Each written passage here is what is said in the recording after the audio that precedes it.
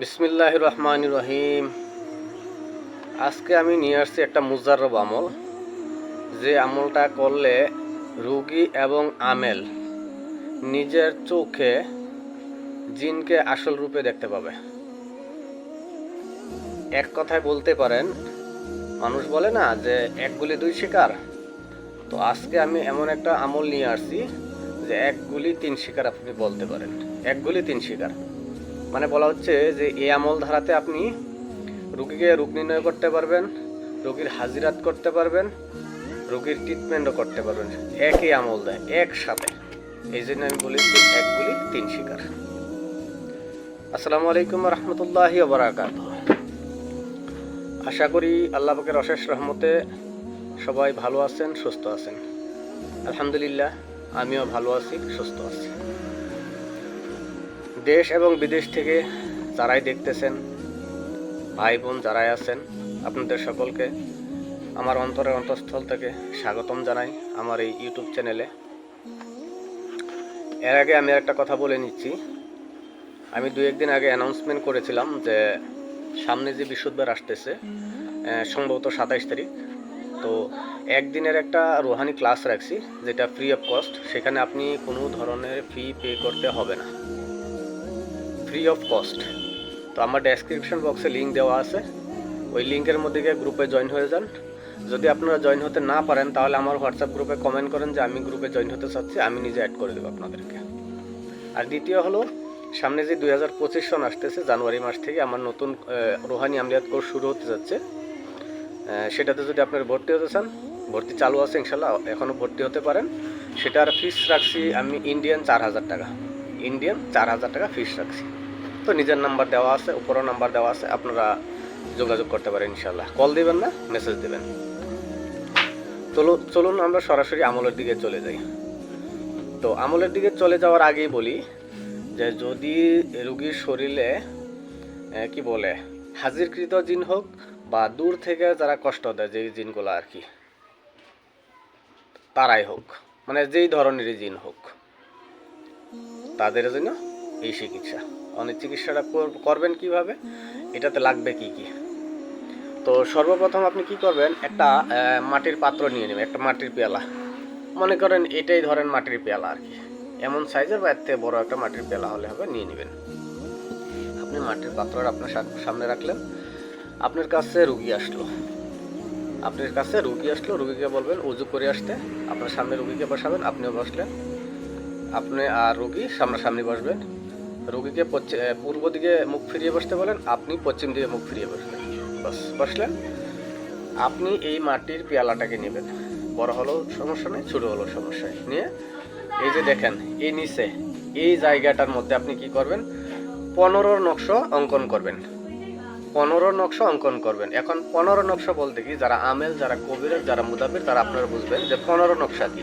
15 নকশা হলো 9 ঘরের যে নকশাটা আছে, আতসী নকশা, 1 থেকে 9 পর্যন্ত চাল হয়ে যে নকশাটা হচ্ছে, সেটাকে আমরা 15 নকশা বলি। সেই 15 নকশাটা এই জায়গাটাতে লিখবেন। লিখে এই পেয়ালাটার মধ্যে আপনি পানি ভর্তি করে দেবেন। পানি ভর্তি করে আপনার সামনে রাখবেন। রেখে এখন আপনার আমল শুরু করবেন। এখন আমল কি শুরু করবেন? আমল হচ্ছে সূরা কুরাইশ 70 বার তেলাওয়াত করবেন। সূরা কুরাইশ 70 বার তেলাওয়াত করে এই পেয়ালার মধ্যে যে পানি রাখছেন, এই পানির মধ্যে ফুঁক মারবেন। রোগীর শরীরেও ফুঁক মারবেন। এখন পেয়ালাটাকে মাঝখানে রাখুন, রাইখা রোগীকে বলেন যে এই পানির দিকে তুমি তাকাও। রুগীকে বলবেন তুমি পানির দিকে তাকাও। তো রুগী কখনো কখনো তাকাইতে চাবে না, রুগী তাকাবে না। তখন আপনি কি করতে হবে, তাকে জোর করে 2-4-5 জনে জোর করে হলেও এই পানির মধ্যে তাকাতে হবে। যদি রুগী মনে করেন এই পানিতে তাকালো, রুগী নিজে আর আমেল দেখতে পাবে। আসলে কথা হলো কি, যে এই পানির মধ্যে যখন আমরা তাকাই, তো আমাদের তো এই পানির মধ্যে নিজের চেহারা দেখার কথা। তো সেই জায়গায় চেহারা আসবে না। চেহারা আসবে কার? ওই যে জিন্নাত, যে খবিস আছে, এই পানির মধ্যে তাকে দেখা দিবে। রুগীও দেখতে পাবে, আমেলও দেখতে পাবে সরাসরি। তাও কি আসল চেহারায় দেখবে, জিন্নাতের আসল চেহারায় দেখবে। তখন কোনো কোনো ক্ষেত্রে কি হয়, রুগী সাথে সাথে বেহুশ হয়ে যায়। এ হইলো একটা পদ্ধতি। যদি সে দেখতে না চায়, তাহলে আপনি কি করবেন, তাকে জোর করে পানির মধ্যে দেখাবেন। সাথে সাথে কী হবে, সে বেহুশ হয়ে যাবে। এ হলো এক পদ্ধতি। হ্যাঁ, কখনো কখনো কি হয়, রোগী তাকালেও এটার মধ্যে কোনো কিছু দেখতে পায় না। রোগী তাকাতেও কোনো কিছু দেখতে পায় না। তো দেখতে না পেলে এটার মানে এটা নয় যে রোগীর উপরে কোনো কিছু আশ্রাত নেই। রোগীর উপরে আশ্রাত নেই এটার মানে এটা নয়। তখন আপনি যখন রোগী দেখবে কিছু দেখতে পাচ্ছেন, তখন আপনি কি করবেন, এই পেয়ালার মধ্যে যে পানি আছে সেই পানিটা নিয়ে রোগীর শরীরে ছিটা মারবেন। এমনি রোগীর শরীরে এমনি ছিটা মারবেন, দেখবেন রোগী বেহুশ হয়ে যাবে। ওই রোগীর উপরে যত আশ্রাত আছে সব জ্বলে পুড়ে ছারখার হয়ে যাবে। যখন রোগী বেহুশতে একবার ফিরবে, রোগীকে এই পানিটা খাইয়ে দিবেন, রোগীর সাথে সাথে সুস্থ। যদি তার উপরে আশ্রাত থাকে, মানে সরাসরি হাজরি জিন্নাত থাকে, তো সেই জায়গায় কি হয়, রোগী বেহুশ হয়ে যায়। রোগী বেহুশ হয়ে যায়, তারপরে মনে করেন এই পানিটা যখন রোগী বেহুশ হয়ে যাবে, তার শরীরে ছিটা মারবেন, তার শরীরের উপরে যত ধরনের খবিজ জিনাত, যত শক্তিশালী জিনাত হোক, সে পুড়ে জ্বলে ছারখার হয়ে যাবে। মানে একসাথে, মানে কি হলো, তার আপনি রোগও নির্ণয় করতে পারলেন, তার হাজিরা তো দেখতে পারলেন, তার ট্রিটমেন্টটা হয়ে গেল। ওই যে সে আবার হুঁশ থেকে ফিরলো, তাকে পানিটা খাইয়ে দিলেন, তার এইখানেই সে সুস্থ ইনশাল্লাহ, আল্লাহ পাক চাহে তো। তার আর কোনো ট্রিটমেন্টের দরকার নেই। এই জন্য আমি বলেছি 1 গুলি 3 সিটার। তো এই আমলটা অনেক সহজ এবং অনেক কঠিন এবং ভয়ানক। এই আমলটা কোনো আম মানুষ করতে যাবেন না। আর এই আমলের আমি ইজাজত দিচ্ছি না, কিন্তু আমি আপনাদেরকে শুধু বলে দিচ্ছি যে এক আমলের ধারাতে আপনি রোগও নির্ণয় করতে পারবেন, হাজিরা তো করতে পারবেন, রোগের চিকিৎসাও করতে পারেন। এখন আপনি এটাও করতে পারেন, এই পিয়ালার মধ্যে ওই 15 নকশ অঙ্কন করে পানি রেখে দিলেন, কোনো রোগী আসলো, তার যে কোনো সমস্যা হোক, এই পেয়ালার থেকে আপনি পানি খাইয়ে দিলেন, রোগী ইনশাল্লাহ এখান থেকে সুস্থ হয়ে চলে যাবে। এটার মধ্যে অনেক কারামতি আছে। আপনারা বুঝতে পারেন বা শুনতে পারেন বা দেখতে পারেন যে এটা ছোট্ট আমল, হ্যাঁ, এটার মধ্যে অনেক শক্তি, অনেক কারামতি। আমি এটার ইজাজত কাউরে দিচ্ছি না। আমি ভিডিওটা ছাড়ছি, সবাই দেখবেন মনোযোগ সহকারে।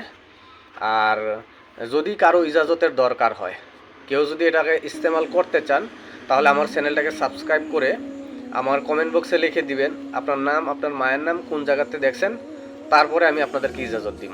এর আগে আমি ইজাজত দিব না। যদি আপনারা এটা নিজের থেকে ব্যবহার করতে চান, তাহলে আপনারা অনেক সমস্যায় পড়ে যাবেন। আগে বুঝে নিন, যারা কবিরাজ, যারা আমেল, যারা মুদাব্বির, তারা অবশ্যই জানেন এটাকে ব্যবহার করতে যাবেন না। ব্যবহার করার আগে আমার থেকে ইজাজত নিয়ে তারপরে ব্যবহার করবেন। আর আম মানুষ তো বিলকুল এটার দিকে যাবেন না, তাহলে আপনি খুব বড় বিপদে পড়বেন। যদি আম মানুষ বা কোনো আমেল মুদাব্বির ইজাজত ছাড়া যদি এই কাজটা করতে যান, যদি আপনারা কোনো বিপদের সম্মুখীন হন, আমি এবং আমার চ্যানেল এটার কোনো দায়ী হব না। আমি এবং আমার চ্যানেল এটার কোনোভাবে আমি দায়ী হব না। তো আশা করি বুঝতে পেরেছি, ভালো করে নোট করে নেবেন। যদি আমার ভিডিওটা ভালো লেগে থাকে, চ্যানেলটাকে সাবস্ক্রাইব করুন, লাইক করুন, কমেন্ট করুন, শেয়ার করুন, যাতে অপর এক মুসলমান ভাইও এটার থেকে উপকৃত হতে পারে। তো আমাদের জন্য দোয়া করবেন। আসসালামু আলাইকুম ওয়া রাহমাতুল্লাহি ওয়া বারাকাতুহু। ভালো থাকেন, সুস্থ থাকেন।